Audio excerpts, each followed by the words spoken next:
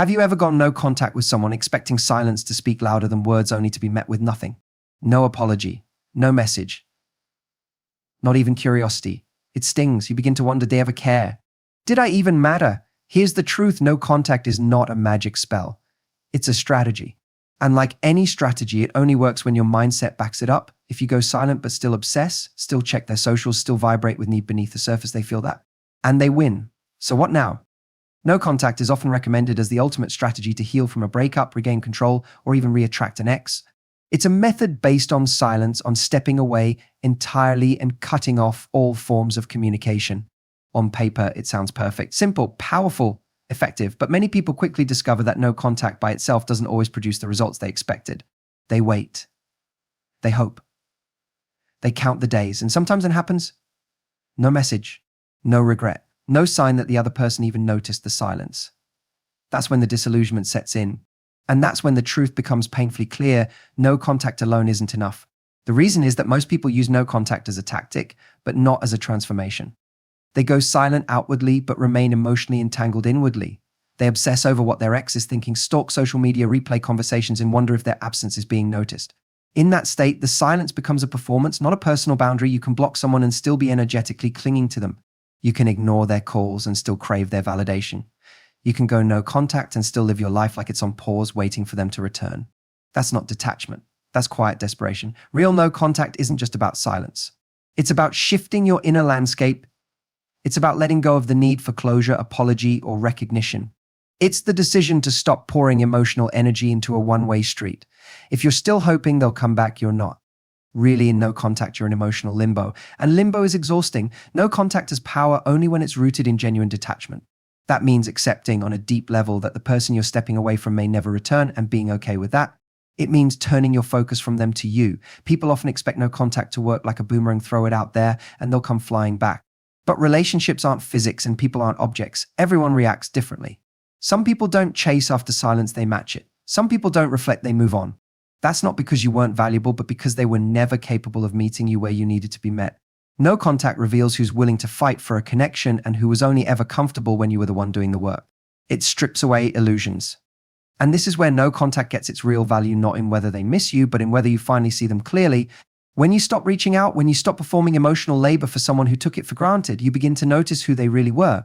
You stop trying to save the potential of what the relationship could have been and start confronting what it actually was.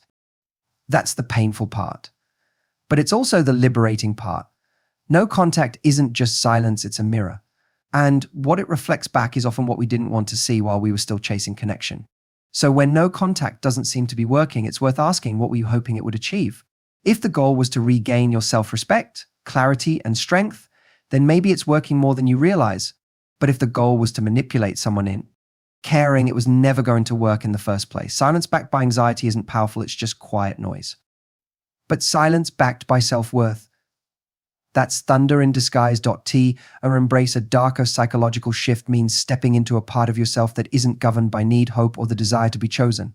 It means letting go of the light you kept shining for someone who kept walking away from it. This shift isn't about becoming cruel or heartless. It's about reclaiming your power from the parts of you that have been desperate, overly forgiving, and too willing to wait for people who never planned to show up. It's a mindset evolution that many avoid because it doesn't feel gentle. But growth isn't always gentle. Sometimes it's cold, sometimes it's fierce, sometimes it's dark. This darker psychological shift begins the moment you realize that the person who hurt you is not going to rescue you from the pain they caused. You stop expecting closure. You stop fantasizing about apologies. You stop believing that if you're quiet long enough, patient enough, or perfect enough, they'll suddenly realize your worth. Because deep down, you already know your worth. You're just terrified to admit that they never truly saw it and perhaps never wanted to. When you embrace the dark shift, you stop begging reality to be different and start confronting it head on, no matter how uncomfortable it is. You start asking harder questions. Why did I tolerate that? Why did I stay when I was being neglected, manipulated, or breadcrumbed? Why was I more loyal to their potential than I was to my own peace? The answers aren't always flattering, but they are freeing. The darker shift doesn't sugarcoat things. It strips away illusions and forces you to sit with the raw truth. And that truth, painful as it is, becomes your foundation, not bitterness, not revenge, but a solid refusal to ever abandon yourself again. This shift turns you from reactive to detached. You no longer scramble for meaning in their silence or kindness in their cruelty. You stop decoding mixed signals and wondering if maybe they cared deep down. You recognize that if someone's actions consistently show disinterest or disrespect, that is who they are. You don't make excuses. You don't wait around to be proven right about their goodness. You learn that potential is just an uncashed check, and love without effort is a lie you no longer want to believe. In this state, your energy changes. You're no longer seeking to be seen, you're choosing to see yourself clearly. You move from "how do I get them back" to "why did I ever think I needed them?" That question, when asked honestly, shatters the old narrative. You begin to see that love isn't supposed to feel like confusion. That connection isn't supposed to be earned through suffering. And that anyone who makes you feel like you're too much, too emotional, or too needy is simply not enough for you. You begin to withhold access, not to play games, but to protect the energy you once handed out too freely. You stop explaining yourself to people who never cared to understand you. You stop overgiving in hopes of proving your worth. You give nothing to those who once treated your everything as disposable. You become emotionally unavailable, not out of spite, but because you now understand that vulnerability is a privilege, not a currency to buy love with. When you embrace this darker shift, people will notice. You may lose some who are only attached to your need for them. You may confuse those who once had easy access to your heart, but you won't care because you'll be free. Not hardened, but refined. Not cold, but clear. And that kind of transformation doesn't beg to be seen, it walks away. So silently, it echoes. Stop hoping they miss you. That hope, quiet and constant, becomes a chain you willingly wrap around your own heart. It keeps you stuck in a loop where your healing is postponed, your peace delayed, and your power handed over to someone who no longer shows up in your life. You wait. You wonder. You scroll through old texts, look for clues in their silence, and replay moments trying to find meaning. Every part of you still reaches for some invisible thread connecting the two of you. But at some point you have to ask, what are you really waiting for? Hoping they miss you means you're still centering them in your story. It means your emotional weather is still being shaped by their presence, or worse, their absence. You wake up thinking about whether they'll reach out. You check your phone and feel a surge of disappointment when there's nothing from them. Your mind creates entire scenarios where they realize what they lost, where they regret leaving, where they finally get it. But that hope is often more painful than the truth. If they wanted to, they would. And if they haven't by now, they probably won't. It's not that you're weak for hoping. It's human to want closure, to crave acknowledgement, to imagine that your absence left a mark. But continuing to live in that hope is like standing in a burning building and wishing it would rain. It delays the real healing. Because as long as you're focused on how they feel about losing you, you're avoiding the deeper work of processing how you feel about losing yourself while you were with them. That's where the real wound lies, not in their departure, but in the parts of yourself you silence to keep them comfortable. Stop hoping they miss you, because even if they do, it doesn't change the damage that was done.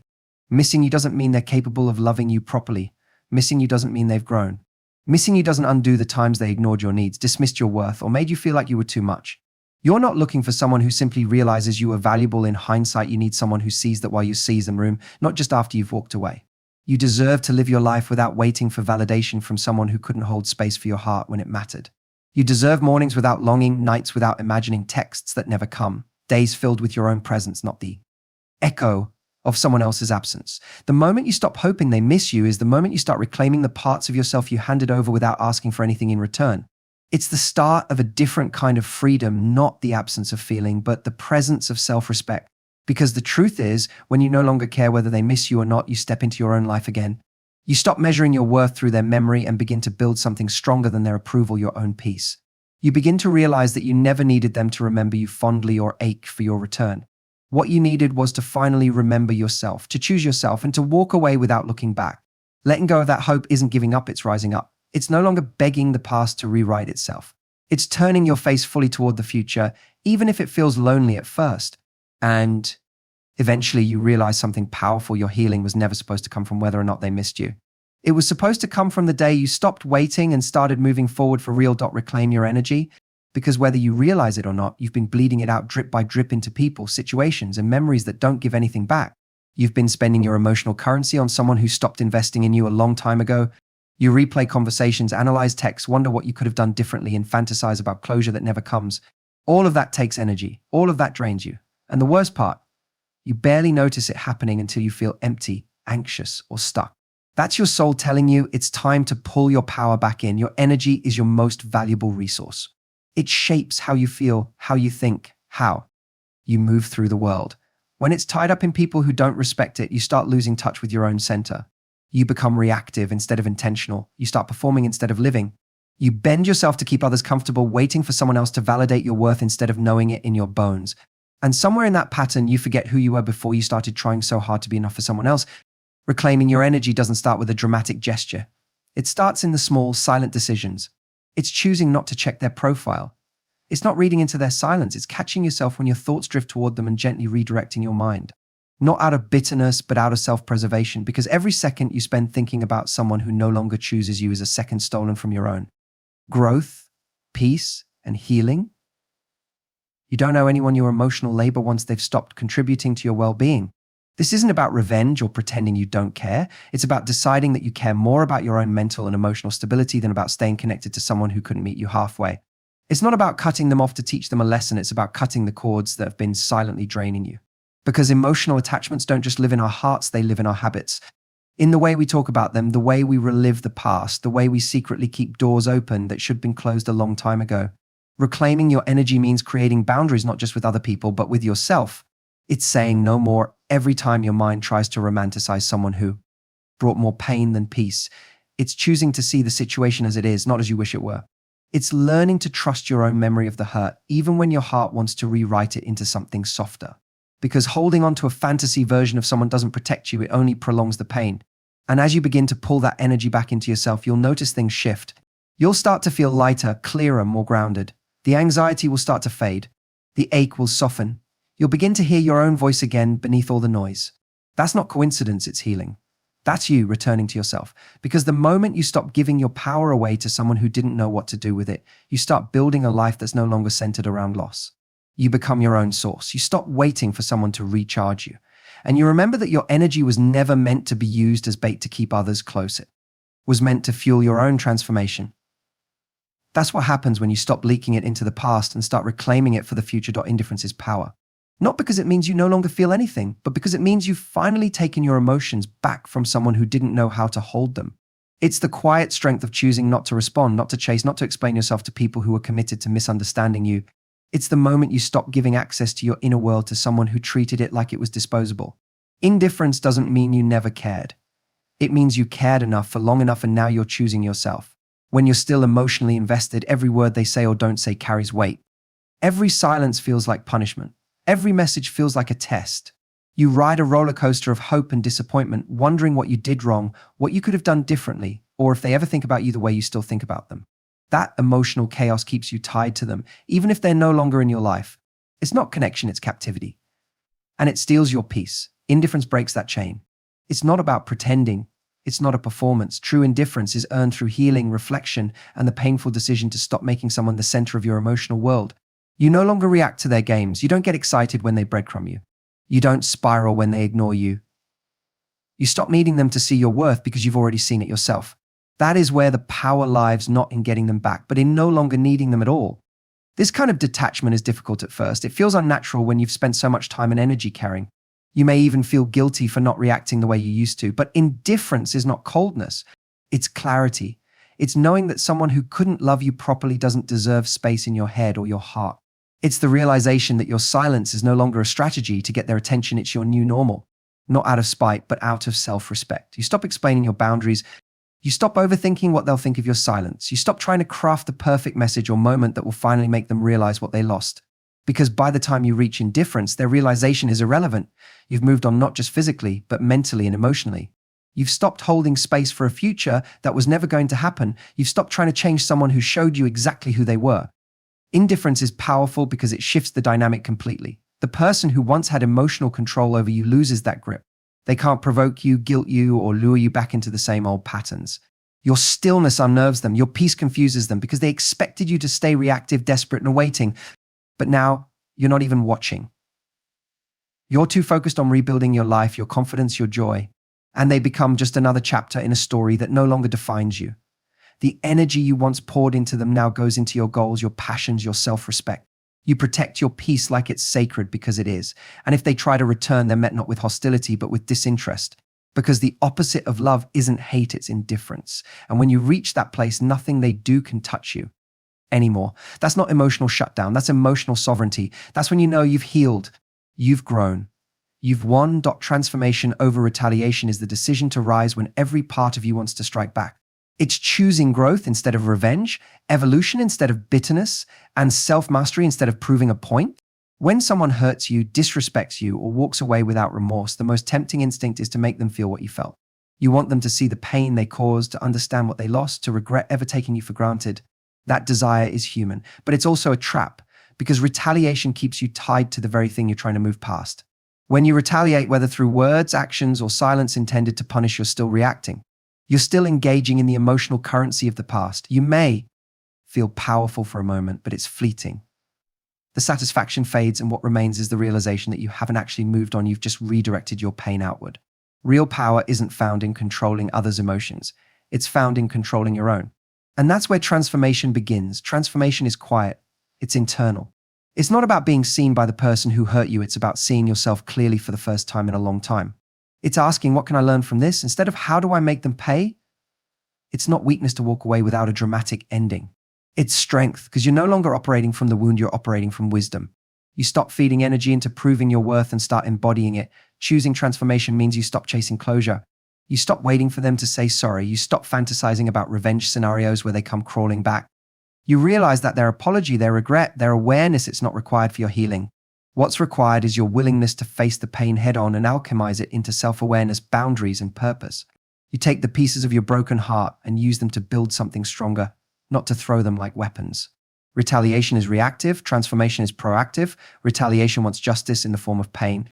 Transformation wants peace. And peace isn't passive, it's a decision you make every day to rise above what tried to break you.